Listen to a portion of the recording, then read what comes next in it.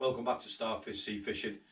Just been servicing some of my reels, doing a full service on my Penn Fathom Mark 2s and my Mark 1s as well. They've been really good reels. I'll give you a look at them. So here they are, the Penn Fathom Mark 2s. They've been really good reels. I never opted for the casting specials purely because of the knob on the casting special. But in all honesty, apart from the bigger spool and the knobby mag, there's not much difference really. You won't cast these out. They hold more than enough line. Really good reels. I've had them for about 6 months now. I had them when they first came out. They're starting to sound a little bit, well, you can hear that, not particularly too good. So it's time for the full strip down, full service. I'll show you what we need and let's get on with it. It's to be quite a lengthy video. I'll try and do it as quick as I can. Pen reel grease we're going to need. I've got some red rocket fuel for my bearings. We're going to need a Phillips screwdriver, a flathead screwdriver, and the key that came with the reel itself so we can take the handle off. So let's get on with it. So the first thing we're going to do on the mag side of the reel is remove the 3 screws. I tend to use a Phillips screwdriver with these. So we'll get them off.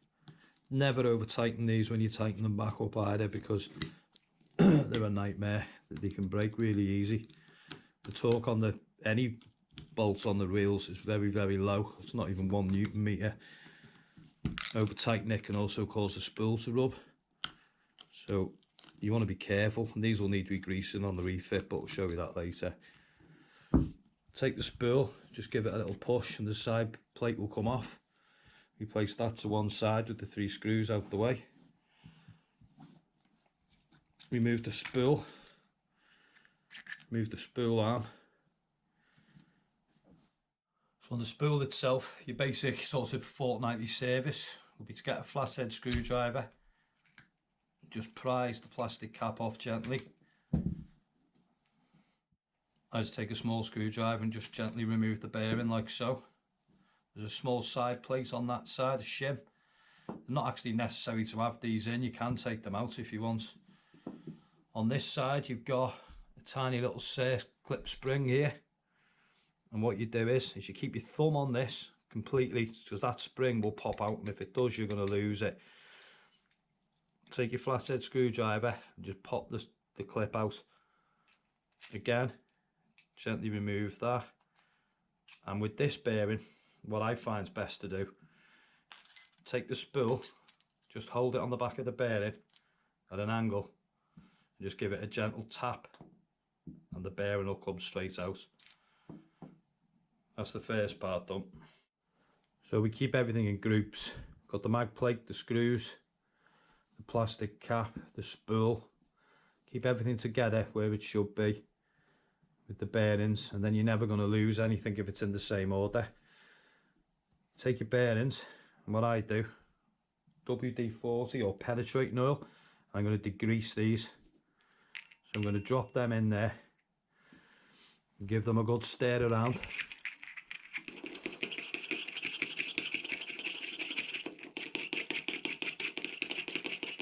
I'll leave them in there for about 10 minutes to degrease. So here's the magnet side of the plate. Nothing really to service on this, really just needs a little bit of grease. You can see how the magnet works.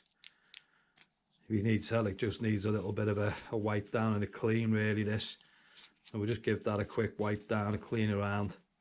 There's not much that's needed on this because I have these off every 2 weeks, but if yours is really gunky, give it a spray down, give it a clean.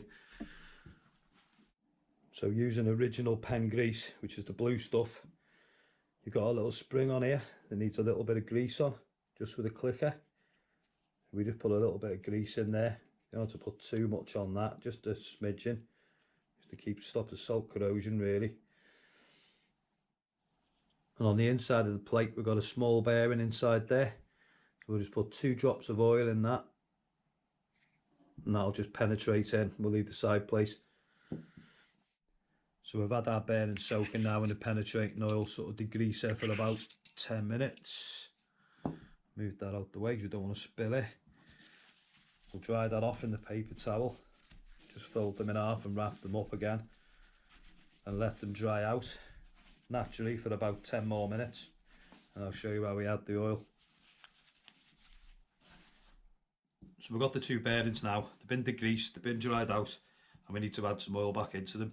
It's not a case of just dropping some oil on them, because they won't go inside the bearings. So the best way to draw the oil inside the bearings is to place a little bit of oil on a spool, just about 4 drops, place the bearing on, get a lighter and a spoon and gently light underneath the bearing. And what this will do is the heat will draw the oil inside of the bearing. You'll just see it start to sort of fizz. You don't want to heat it too long, you're not boiling it, but you just want to get it just hot enough. And you'll just see when I move it now, if you can get it on camera,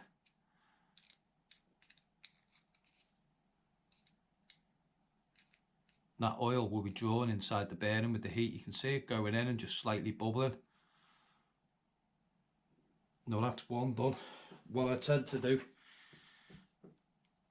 place it back on and repeat the same process with about the same amount of drops. We're not trying to smother the bearing, we're just trying to draw the oil into it. So again with a lighter,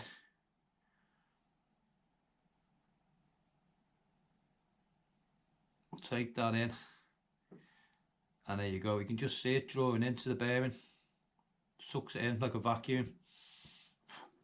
There we go. We'll let them dry out on there. So we'll left the bearings for a couple of minutes sitting on the paper, and I'll just give them one final dab off.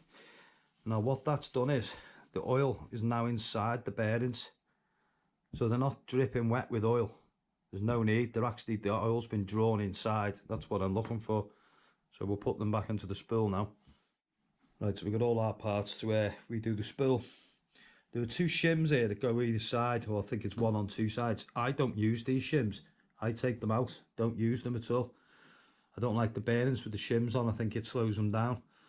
So what we'll do is, we'll place one bearing inside there like so. This side just clips on, so you can see there's little clips, the way they line up. We line them up, press them on. You have to give it a little bit of a turn. It can be a bit awkward to get back on these. And that sits there like that. There's your clicker. The opposite side, same again, nice and easy job. Bearing, clip on the spring again. Putting these in again, keep your thumb on it at all times, because these will just spring up and fly across the room and you'll never see them again. That's how they wipe down, just to wipe it clean. That's all that needs. I don't oil these, it slows them down. I just literally keep them clean. Pop the spindle back into the spool, and there you go, quiet as a mouse. So that's the first part of your service. Second part. So that was the first part of your sort of fortnightly routine with a multiplier, just to keep them smooth, get all the sand and grit out of them, keep them running well. But we want to deal with this bit. We're going to, because this is where the problem is with mine today. These haven't been opened up or looked at since they were bought. They need it cleaned. There's some bearings in here that need degree stripping out of them, and they need to be oiled up. So we're going to start stripping this. The first part of taking the clutch side off. First thing we're going to do is remove this little screw here. Now this is the one you're going to have a problem with, because this gets a lot of salt water. If you're not taking this out regularly and greasing it, you're going to have trouble getting it out. So you want to get your Phillips screwdriver in and give it a gentle turn. If it doesn't move, you're going to have to get some penetrating oil on it, because once they're broke, they're very expensive to replace them little screws. Second part is we take the tool that comes with the reel, place it on the screw there, give it a gentle turn, and it will screw out. Takes a few turns. Now what I'm going to do, I'm going to place all of this side in situ as I'm taking it out, so nothing gets mixed up. The handle will come off, and behind the handle there's a little plate. That plate there attaches to the back of that, so we keep those two together out the way. Then we've got this clip here, which is kind of like a spring that goes with the handle. and we unwind the star drag.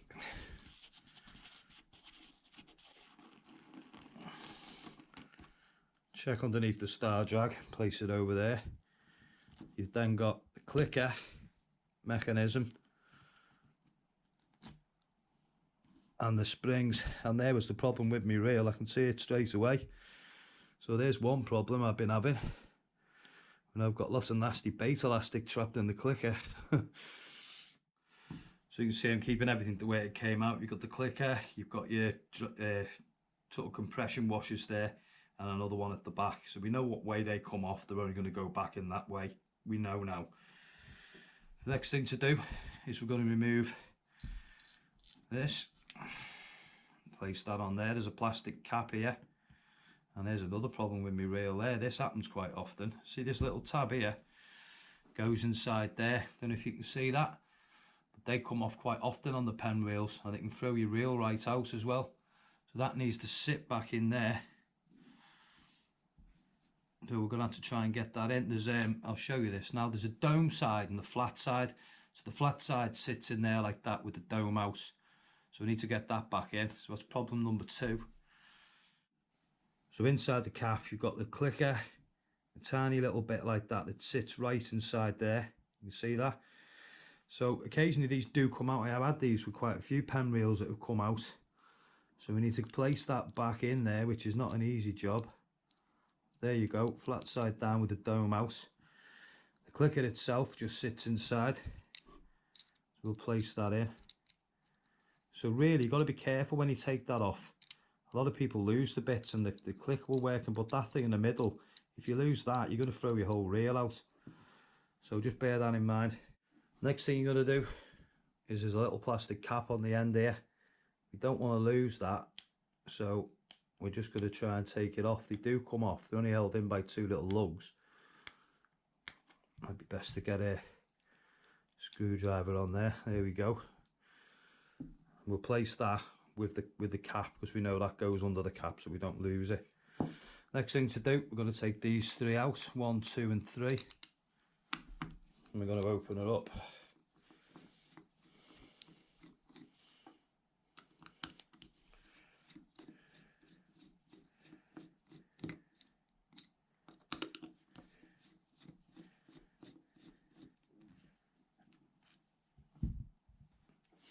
You know, some little plastic lugs on the end of these to stop the dirt getting in. You don't want to try and lose these if you can. I've lost the ones on the other side, but it doesn't really matter really, but you want to keep them on if you can. Place those out the way. At the back on the other side we have 2 more screws. I'd advise you to use a flat head on these and not the Phillips.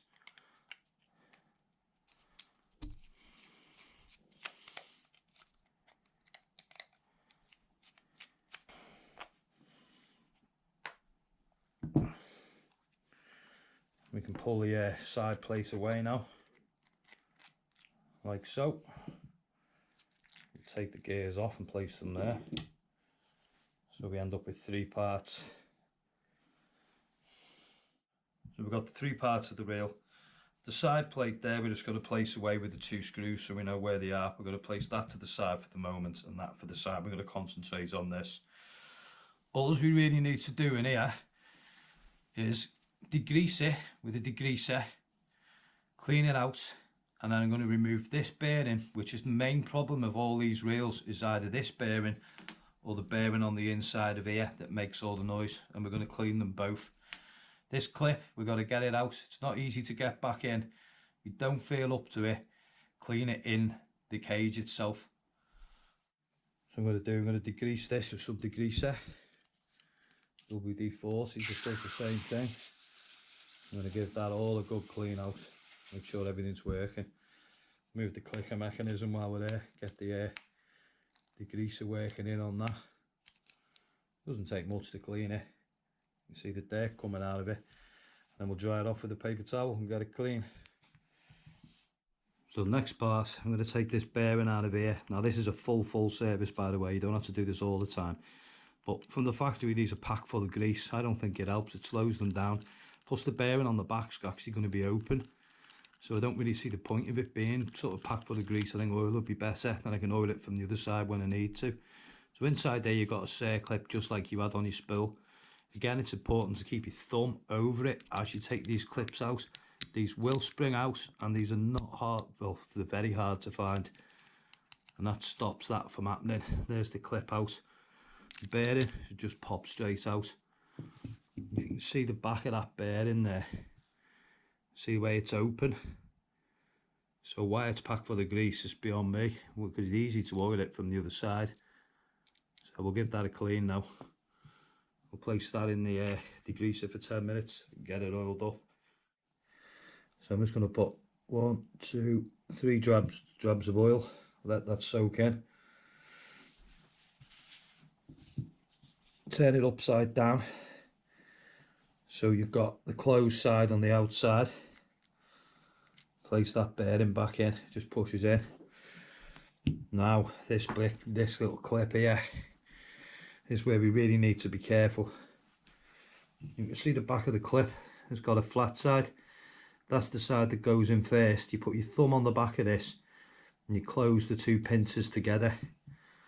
So it's going to be quite hard to show you. It's sort of curved out.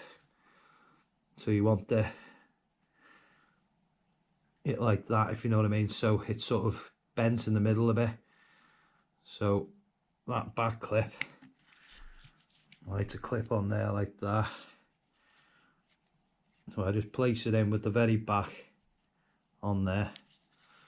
I'll hold it with my thumb. Remember, these are under tension. If you do drop them, they will come out. Push the dog legs in. There we go, that's it. Just make sure it is in. And we're going to take some real grease and place a little bit on these dog legs here, just to give them a little make sure they're working. Not a lot, just a little bit of grease around that area. A little bit of grease on here as well. Move the handle. Don't need tons of grease. Just smear it around and just check the handles working. That's that side of the plate done. On this side here, you've got inside here your anti-reverse bearing. If you ever get that feeling where your handle sort of turns like that and then goes solid or backlashes, slips, it means that these dog legs and this anti-reverse bearing's broke. I tend to not open this anti-reverse bearing at all. They're probably about 25-35 quid to replace. There's a cover on them there so they can cover. You can see them in there. Same again, a circlip to get them out. To be honest, you only need greasing. It's not really worth taking them out. So we'll just put the cover back on, and that side plate's done.